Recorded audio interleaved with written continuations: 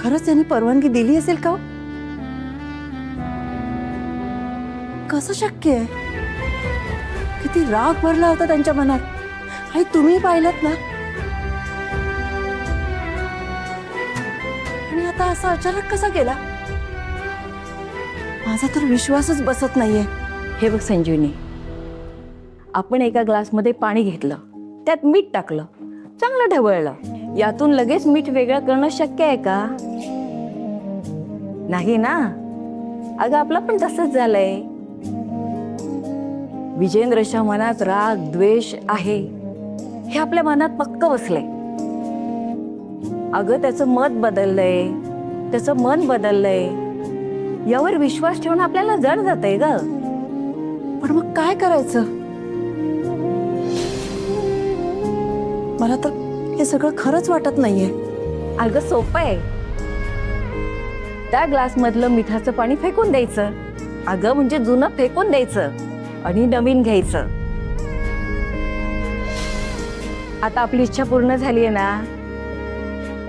मनात शंका ठेवायची नाही, विश्वास ठेवायचा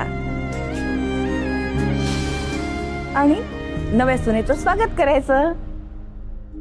हे सगळं खरंच विश्वास ठेवण्यासारखं आहे? मी काय करू? विश्वास ठेवू की नको ठेवू? चला दिवा पेटून घे. हा ये.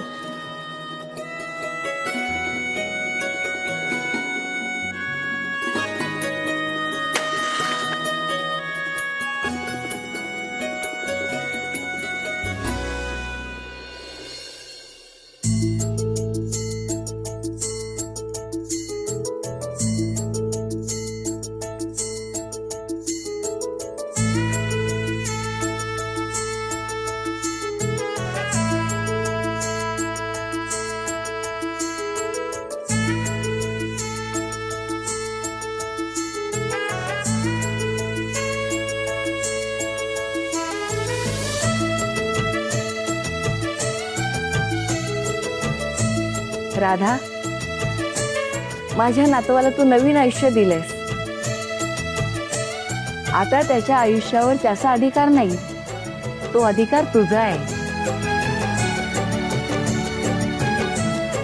अधिकार दिलाय की नाही ते अजून कळायचं आहे. उत्तर नाही दिलं अजून.